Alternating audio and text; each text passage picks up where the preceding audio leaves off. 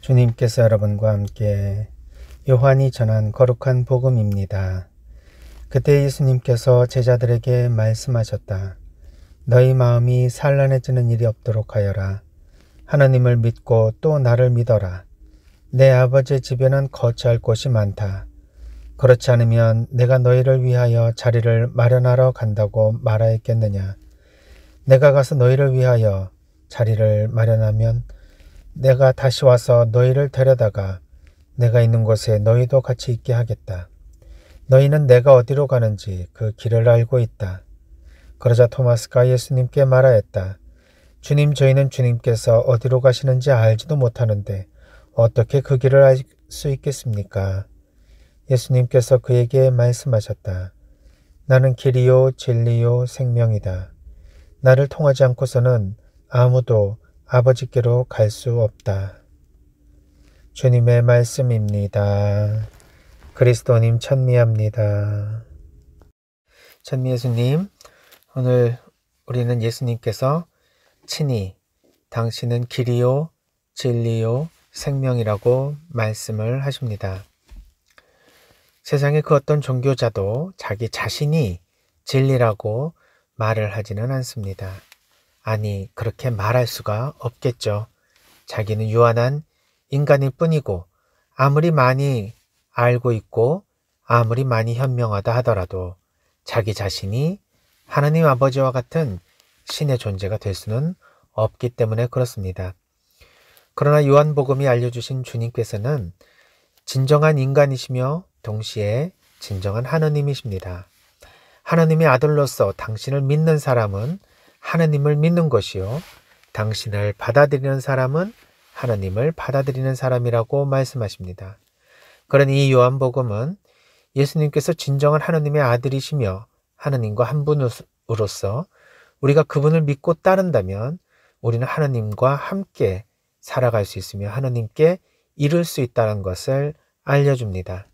따라서 요한복음의 핵심은 예수 그리스도야말로 우리가 길을 잃어버려 헤매이고 있는 이 사막의 땅에서, 그리고 이 어둠의 땅에서 하느님을 향해 나아갈 수 있는 유일한 방향을 알게 해주시는 진리의 말씀이며 그 길을 걸을 수 있는 생명의 양식이며 또 그 방향을 확실하게 우리에게 인도해주는 길이라는 말씀을 오늘 들을 수 있었습니다.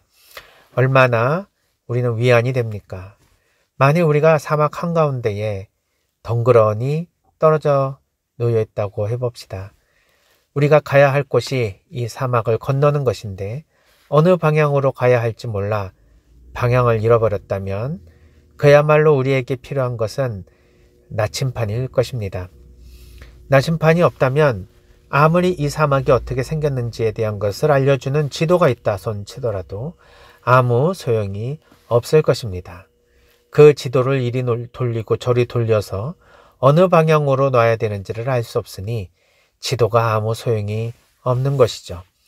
예수님께서는 이렇게 길을 잃어버린 바로 사막의 나그네들에게 당신께서 이 길로 가면 분명한 하나님께로 다다를 수 있는 길이라는 것을 알려주시는 나침판의 역할을 해주신다는 말씀을 주셨습니다. 이것이 바로 당신께서 진리라는 말씀이시겠죠. 이 진리를 가르쳐 주시고 바르게 안내해 주시는 예수님을 믿고 따를 때 우리는 하느님께 자연히 다가갈 수 있을 것입니다. 또한 예수님께서는 생명이라고 말씀하시니 이 사막에서 길을 걷다 죽어버리면 아무 소용이 없겠죠. 그러나 영원히 죽지 않는 생명의 물이며 생명 그 자체이신 예수님께서는 하나님 아버지께로 이르러 다가갈 수 있을 때까지 당신께서는 계속해서 우리의 생명을 유지시켜주는 분이라는 것을 알 수 있습니다. 또한 우리가 육신의 생명이 비록 다한다 하더라도 영적으로 우리는 다시 부활을 할 수 있습니다. 이때 영적으로 부활한다는 것은 새로운 세상에서의 부활이겠지만 우리의 육신과 영혼이 함께 부활하는 그야말로 우리 온전한 그 자체로 다시 부활한다는 것을 말씀해 주십니다. 또한 예수님께서는 길로서 그곳을 잘 갈 수 있는 탄탄한 기반을 마련해 주십니다. 아무리 방향을 알고 있고 내가 생명을 유지할 수 있는 음식과 물이 있다 하더라도 길이 없다면 그곳을 갈 수 없을 것입니다. 예수님께서는 길을 탄탄하게 만들어 주셔서 우리가 그 길 위에 걷기만 하면 먼 하느님의 나라, 그러나 이미 우리에게 다가온 하느님의 나라를 체험할 수 있다는 말씀을 주십니다. 우리의 이런 비유는 어두운 밤에 있어서도 역시 마찬가지일 것입니다. 깜깜해서 아무것도 보이지 않는 그 어둠 속에서 우리가 원하는 곳을 찾아갈 수 있으려면 빛이 필요하고 그리고 길이 있어야 하며 우리에게 무엇보다도 생명을 가져다 줄 수 있는 음식과 물이 필요할 것입니다.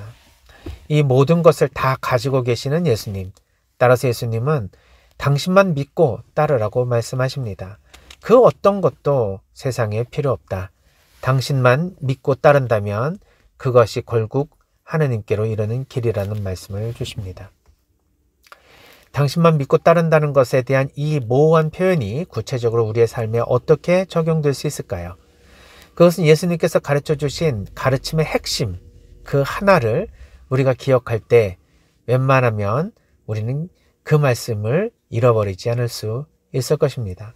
그것은 복음의 핵심이며 예수님 가르침의 핵심인 바로 사랑일 것입니다. 사랑만이 유일하게 하나님께 다가갈 수 있는 우리의 마음 준비이며 실질적인 삶의 실천일 것입니다. 그러나 어떤 사람은 진정한 사랑이 무엇인지를 잘 깨닫지 못해서 사랑이라는 이름으로 폭력을 휘두르기도 합니다. 사랑이라는 이름으로 다른 사람의 자유를 구속하기도 하고요. 사랑이라는 미명하에 잔소리를 하며 또는 다른 사람의 상처를 주기도 합니다. 다 너를 위한 거야. 다 너를 사랑하니까 이렇게 하는 거지. 너한테 관심 없으면 내가 이렇게 하겠느냐 하면서 우리는 가까운 사람에게 때로는 너무 사랑하고 너무 위한다는 마음으로 그 사람에게 상처를 주는, 어떻게 보면 사랑을 가장한 우리가 다른 사람에게 피해를 주는 죄를 짓기도 합니다. 따라서 사랑도 배워야 하고 사랑도 열심히 수련을 해야 할 것입니다. 그냥 사랑하는 마음만 가지고 사랑이 이루어지지 않는다는 것을 우리는 잘 알 수 있습니다. 따라서 사랑하는 법을 우리는 예수님의 생애를 통해 묵상해보고 실천할 수 있을 것입니다.